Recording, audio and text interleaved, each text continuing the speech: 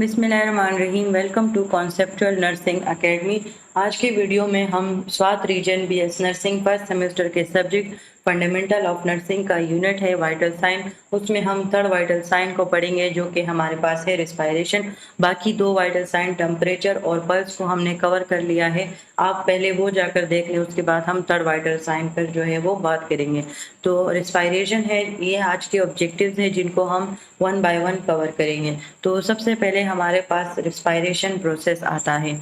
ये हमारे पास जो है पूरा रिस्पायरेशन एक प्रोसेस है जिसके बेस पर जो है हमारे पास पूरा जो रिस्पायरेटरी सिस्टम है वो ऑपरेट हो रहा है। ये एक ऐसा प्रोसीजर है, ये एक ऐसा प्रोसेस है जिसमें बॉडी और इन्वायरमेंट के दौरान जो है वो गैसेस जो हैं वो एक्सचेंज हो रहे हैं। इनमें फिर हमारे पास दो टाइप्स आती हैं, एक इसमें होती है इंटरनल रिस्पायरेशन और एक इसमें होती है एक्सटर्नल रिस्पायरेशन। अब एक्सटर्नल रिस्पायरेशन को एक्सटर्नल इस वजह से कहते हैं क्योंकि एयर जो होती है वो बाहर से जो है वो लंग में आ जाती है, लंग के अल्वेलाई और ब्लड में जो है वो एक्सचेंज होता है। तो जो गैसेस एक्सचेंज ब्लड और अल्वेलाई के दरमियान में है वो एक्सटर्नल है।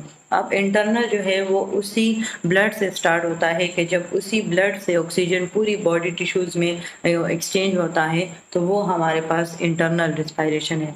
जो रिस्पायरेशन का जो प्रोसेस है वो खुद जो है वो तीन प्रोसेसेस मिलकर जो है वो रिस्पायरेशन को बनाता है। अब रिस्पायरेशन में पहला जो है वेंटिलेशन है। जब हम simple movement of gases in and out of the lungs पढ़ते हैं, यानी जो हमारा इनहेलेशन है कि हमने इनहेल किया एयर को और हमने एक्सहेल किया, हमने इंस्पायरेशन की और हमने एक्सपायरेशन की, यानी बस लंग्स के इन एंड आउट हम एयर को अगर हम पढ़ रहे हैं गैसेस को तो वो वेंटिलेशन होती है।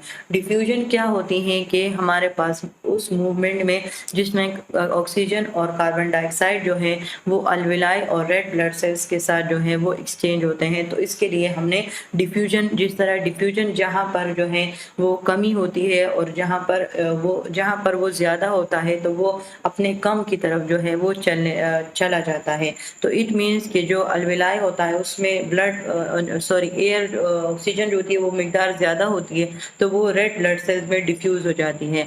अब रेड ब्लड सेल्स में कार्बन डाइऑक्साइड की मिकदार ज़्यादा होती है तो वो जो है अल्वेलाई में डिफ्यूज़ हो जाता है और उसी अल्वेलाई के थ्रू कार्बन डाइऑक्साइड की शक्ल में एक्सपायरेशन हो जाती है। अब परफ्यूजन क्या है कि जो हमारे पास रेड ब्लड सेल्स में ऑक्सीजन डिस्ट्रीब्यूट हो रहा है, कैपिलरीज में कैसे पहुंच रहा है, वो जो डिस्ट्रीब्यूशन है ऑक्सीजन की वो बेसिकली परफ्यूजन कहलाती है। अब फिजियोलॉजिकल कंट्रोल, जिस तरह रेस्पिरेटरी सेंटर जो है वो हमारे पास हाइपोथैलेमस था, रेगुलेटरी टेम्परेचर